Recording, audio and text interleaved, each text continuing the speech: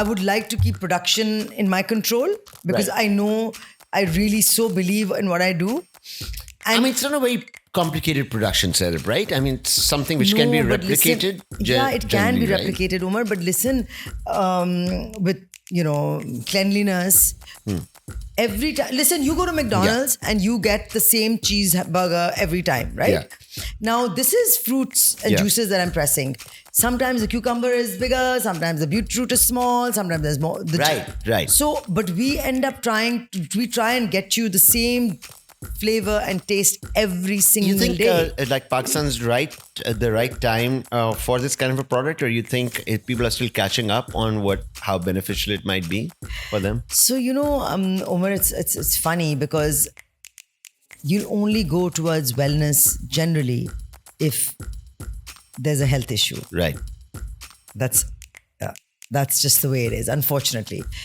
But yes, I mean, from where I started and there was no news of juice or fresh juice, I think we've come a long way. Wellness has become a huge thing. But the new generations, they're much healthier, they're right? Brilliant. They're not smoking. They're brilliant. My longest rides have been Islamabad, Lahore, very, very challenging. So Islamabad to Lahore? Yes. Okay. How long did that take? 2 days. Okay. We stayed a night in Sahiwal. Right. That ride was very close to my heart because I just sent my son off to university. Right. And the only way I think I could process the trauma. Was the trauma to me in my head was on a bicycle. I would like to keep production in my control because I know I really so believe in what I do. And I mean, it's not a very complicated production setup, right? I mean, it's something which can be replicated. It can be replicated, Umar. But listen, with cleanliness. Every time, listen, you go to McDonald's and you get the same cheeseburger every time, right? Yeah. Now, this is fruits and juices that I'm pressing. Sometimes the cucumber is bigger, sometimes the beetroot is small, sometimes there's more. Right. So, but we end up try and get you the same flavor and taste every single day. Maybe you need an AI, one of those AI bots to do all this thing automated. Yeah. You've seen those bars, right? In which that guy is making a perfect cocktail. Yeah. There's a robot. They're making perfect coffee. They're making perfect cocktails. Yeah. Maybe you need to import one of those from China. Listen, give me That's a great idea, man. It's not a bad idea. Swear. Yeah. I mean, no one can be cleaner than a robot. Yeah. And I'm very particular. And one of the best things about... And you know what would be awesome? If you could have one of those robots have small stores around Lahore in which, that robot is kind of serving people and everything. So, there's a cafe somewhere in Lahore that apparently serves the robots. Yes. I'd love to go there. Yeah. This robot goes around and starts serving people. That's so, as generally Juicery is, inshallah, going to, become bigger. What are you planning to do in terms of your packaging, in terms of your branding, in terms of how happy are you with it? Do you think it's out of date? Because, I mean, we are a design studio, so we'd like to talk about generally the design of it. Are you also open to kind of new packaging, branding? Yeah. And why don't you have a brand ambassador? And what are you doing generally for your social media? Very little. I did try. Right. I opened up the Juicery. I wasn't sure how to go about it. I engaged a couple of people and sales didn't increase. Right. Also, I didn't like their design sense. I'd constantly put my foot in and say this, that, and the other. Yeah. And I don't like to do that generally because it's, either somebody gets you and understands or they don't. However, I did continue for a while with them and not one party, but two. I had a lovely time, but I had to end it because I just felt that it didn't really help the brand as such. Right. There wasn't, what is the idea? To increase sales, right? Right. So that... And also connect with your audience, right? I mean, branding is so much more. How about we have a competition for you and you supply the winner, like, I don't know, like a month supply of juice? Sure. Sure. So all the graphic designers out there. So I would love to host a competition and Zehra is kind enough to supply how much juice? You call it? A month's supply of juice for the winner. The Juicery, I think, needs an update for branding. 100%. So you can get in touch with us or you can get in touch with the Juicery directly. Let's host a competition. Sure. Yeah, let's get some good Sounds like ideas fun. flowing, right? I'm in. And what is your target audience? Like, how? Like, do you know how many? Like, what age group people usually buy? Is it all age groups? So maybe Don't we need to really know. find that out, Yeah. right? There's a lot. Baked would know, Baked would know. Yeah. So I've done nothing right? with social media. Like, so So that's terrible. it's terrible. Why? Yeah. Because I don't know. I don't understand it so well. Right. And I'm not sure how to go. I did it for a bit, boost a couple of posts. Can I tell you a couple of things Yeah. on the podcast, Yeah. right? So first of all, you need to create a brand guideline, right? Okay. A brand guideline explains everything about your brand. Since this is almost like a 14-year-old brand, 12-year-old. 12-year-old brand, all 10 to 12-year-old brands sometimes need an upgrade. You know, Yeah. even we upgraded our own branding, I think 3 years ago. Because just like general style, it gets outdated, it gets Sure. redundant, Sure. it gets boring. Yeah, sure. And the audience which you try to kind of get in touch with usually doesn't relate to it anymore. Sure. So brand guidelines, a strategy, and I'm just talking about design and branding, an extremely robust social media presence, content creation in terms of influencers maybe, or just generally photography or video production and things like that. Yeah. And I'm sure you'll like quadruple your sales. Because I think that is one of the challenges which you Yes. are facing right now, Yes. right? In terms of sales, Yeah. because you're just not actively kind of doing it yourself, right? No, I'm not. And I Right. think that's where the issue is. And ideally, I would So like we've to. identified two issues Yeah, with your we business. have, we have. Too much control which Yeah. you're having, and not upgrading your brand, Yeah. right? And this is very important Yeah. stuff. So you need to come But to listen, this. coming back to Yeah. control, I don't mind franchising it as long as I can Right. do the production. Give Yeah, me of course. production. Of course, that's fine. Because at least I know what I'm producing. Honestly, people who are franchising wouldn't even be interested in production. Fine. I'm happy They'd with be that. more than happy that you're doing So production. that's my issue, right? Right. Let me do production. Yeah, of course. Please, somebody else take over the marketing, take over. Listen, I've never been able to go big like Al Fatah and Jalal Sons and all for this simple reason. Right. Because, of course, that requires a lot of.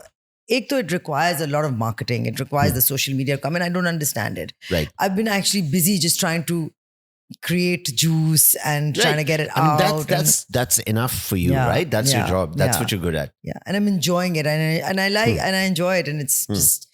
You think like Pakistan's right at the right time for this kind of a product, or you think people are still catching up on how beneficial it might be for them? So Omar, it's funny because you only go towards wellness generally if there's a health issue. Right. That's just the way it is, unfortunately.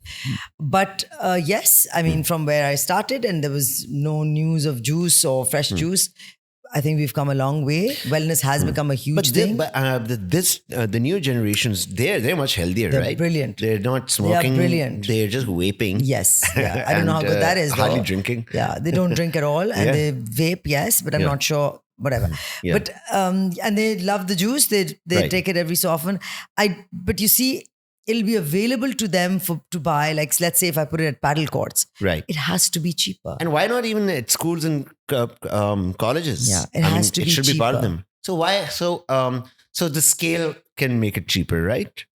That means you've got to let go of your production. I think this podcast is more of a psychiatric sort of a session this time around. That's crazy. Yeah, I guess it is. All right. So the more juice you make, the cheaper it gets, Of course. and more people can be healthy. So Yeah. you're literally destroying people's health by not producing enough juice. Yeah. Damn, didn't realize that conclusion. It was a weird ass conclusion. Yeah. So That's- so I mean, That's so, an eye-opener. So we're basically looking for more suppliers, right? Yes. More people who will stock the juice. I think it should be mandatory, especially At in schools schools. and universities. Get rid of all that crap, which all these FMCG companies are like Listen, poisoning. they've got fast food coming They're in once a poisoning. week. It's It's poison. insane. I mean, look at the food most of the schools are feeding the kids. Yeah. It's ridiculous. There's nothing healthy. No. There's not even one healthy thing in these cafeterias. No, right? Nothing. And I think it should be part of like what, the education ministry, or Really, it like, should be. It should be. Isn't So, it? I tried to sell almond milk to the gyms. because almond is a high protein, lot of zinc, lot of magnesium. Right. Just wanted to do the powder, the protein powder. Right. That No. gives you way more protein than this That's does. such an important point. Yeah. Because I mean, have you ever seen like a Japanese kids school box, which they usually take to school? Raw vegetables. It's insane. It's crazy. Like the stuff those guys are eating and what our bichare bache are eating. Yeah. And then, like big colleges like HSN and stuff, they start at like what, 7 o'clock or something, 7:30. I used to take Hamza for riding at 5 a.m. So you can't even like have a big meal at that time at home either. No. So you got to kind of eat at school, right? But I have to ask you one. Maybe you're going to help me now that this has become one of those psychiatric kind of discussions. Right. That so I don't see it maybe possibly selling as much as I'd like it to from the shelves, right? But if I have it at my bar at home, and there's been times when I've had 30 bottles at a time. Yeah. There's not a single drop left. Yeah. And I wonder what's wrong with my friends or the people who visit my home. No, why don't you buy juice? Look, it tastes great. It tastes great, but you don't buy it. There's a demand for it. It's not accessible. It's not easily accessible. You go to Baked and buy it. You go to Tayyab and buy it. Maybe you should have a subscription model in which people can subscribe and it's delivered to your house every other day. Listen, you could know where you have the number. All you've got to do is call, and we have free delivery all over Lahore, and it'll come to you. So how much does one of these cost? So it varies. We're varying from 350, 450 to about 850. Right. I mean, so if you think that it's expensive, do you think it's expensive for people? Like, do people give that feedback to you? Well, the people who come to my home can afford it. No, yeah. But we're not talking about your friends are not the business, right? But still, why don't they go and buy it? I don't see them buying it. I remember, maybe they do secretly buy it. I know I don't. And listen, there was a time when I was doing coconut water. Right. Okay. And I was getting my coconuts out of Sindh. Yeah. And on the train, the young coconuts. And honestly, I didn't make a cent because it cost me so much to bring them here. And I'd bottle it, not a drop of water in it, pure coconut water. I'd bottle it, and it's expensive, okay? I mean, I understand. Sorry to cut you. Yeah. This is a marketing problem, right? It's a accessibility problem, and it's a marketing problem. It's not the juice. The juice is fantastic. Yeah, possibly. So the more you resist the marketing side of it, the more you'll continue to have this problem. Yeah, possibly. And a lot of products fail just because it's not marketed properly to the right people. Right. Maybe your friends and that audience, which you know is not the right people, right? Okay. There's a huge, I mean, paddle coach jo aap keh rahi thi pehle is the best place, right? So are you placed in any of these paddle courts? No, I'm not, because it's so expensive. Dude, you got It's expensive. I have to make it cheaper for it to get onto the... So away from Juicery, you've also taken up cycling. Which ride has challenged you more, entrepreneurship or like cycling? And also tell me about the journey and what are the longest bike rides which you've done? So Umar, yes, cycling has been challenging. I started in COVID because there's nothing else, I couldn't go to the gym and it was all outdoors. That's how I began. I started on the Surab bike. Right. And I enjoyed it and then moved on to a Giant. Yeah. And, my husband has these fabulous heavy bikes parked in the driveway. And I went up to him to complain. Yeah, he rides with you, right? Yes, at times. That's right. And I said, listen, I'm on a Surab and you're on a Harley or whatever, some BMW. Right. I said, this is ridiculous. So very kindly... Surab ka momentum khatam nahi hota. Once it goes on, it can go on. Continues to go. Right? But listen, brakes, I mean, the mechanism is a little different. Right. So I imported a bike and my longest rides have been Islamabad, Lahore, very, very challenging. So Islamabad to Lahore? Yes. Okay. And how long did that take? 2 days. Okay. We stayed a night in Sahiwal. Right. That ride was very close to my heart because I just sent my son off to university. Right. And the only way I think I could process the trauma to me in my head was on a bicycle. Otherwise, I would have spent 3 days, I don't know, doing whatever. Or you did another trip, Babusar? Yes, we did Babusar top, downhill, Chalas. I've done Aliabad. In the summers? We do it like January, February. So it's a cooler. January, February. That's it's cooler. Freezing and snowing. Yeah, right? That's right. It was snowing in Babusar at that time. But it's nicer weather, right? You can't do it otherwise. And we did Hunza, Aliabad, all the way to Pasukons. That was very challenging because amazing. every bend one thinks is just about to end and it gets steeper Right. and steeper. Right. That was pretty challenging. Multan Lahore was also, it was okay. But the challenging bit, yes. So we do 25 kilometers a stretch and then we stop. Right. But the most challenging part is not just that. It's focusing for a start, and Right. that damn GT road, Right. which got my shoulder, khadde. dar karke. So what motivates a cyclist generally? What keeps a cyclist going? My thoughts, my music, my focus. I do have something in mind. There could be something trapped that I may want to release, and I don't necessarily Right. want to. It's also because I know you're more of a religious and spiritual person as well. Yeah. Does that also help? Is that most certainly. And and this, I just find myself not wanting to talk about a lot of stuff. Yeah. And I don't want to share. Yeah. And I think the best part of it is that when I'm on a bike, I share it with myself, and that just to overcome all of that, I just keep cycling and I keep going. It's also a great time for you to sort of process your thoughts, right? That's right. That's what it is, right? So it just, because it's long stretch, right, and it's time with myself, right. And so are you surprised by yourself at times with one of these thought sessions? Extremely. Are you like, damn, yeah, what are you damn, thinking what about? the hell are you thinking? Yeah, it is Really? crazy. Yeah, it is, because all kinds of things come to my head, and I like movement, and I like to do things, and you can't constantly just be doing things. Cycling allows me to do that movement, right, get from A to B, and also process my thoughts. Right, fantastic. And I fuel it with juice. And so for my last question, I really want to know, what do you expect Juicery to be in the next 10 years? I want it to be everywhere. Right. Everywhere around the world, or everywhere in Pakistan? Everywhere in Pakistan. Right. I'm not sure about around the world, but everywhere in Pakistan, because like I said, it's got no preservatives. It can't leave, but I think it can travel to places within Pakistan to a certain extent. But I'd like And now we know after this session what it requires to do, right? So there's a competition still going on for the Juicery. Yeah. A 1 month supply by Zehra to the winner for branding.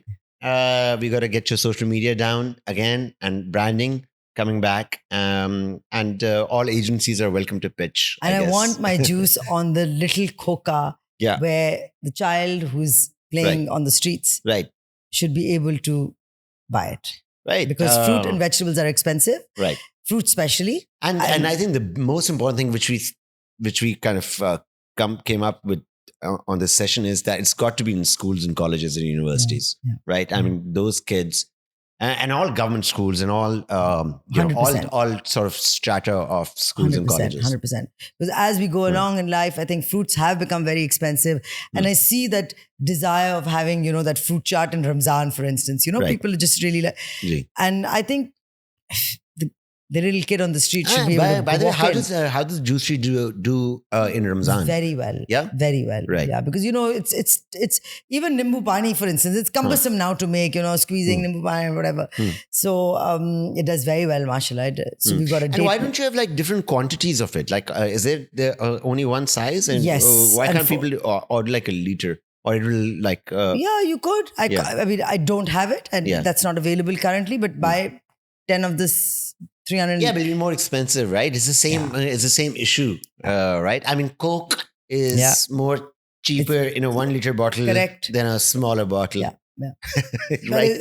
It's the pricing. It's the marketing. There's a lot of issues. All right, fantastic. But with my head down, I've got here. I mean, it's an interesting podcast because it's the first time I'm talking about someone with the product, and they also realize what the issues are of the product. So the next time, I mean, the problem is not the product. The problem is marketing it and selling it and all that stuff. That's fantastic. I think that's a great note for all agency people to end this podcast. And I wish you best of luck for Juicery. Thank you very much for hosting since we've me. come across and all these problems, and I think found some solutions. Absolutely. I hope it does great. Thank you so much for having me. Thank you. My pleasure. Thank you.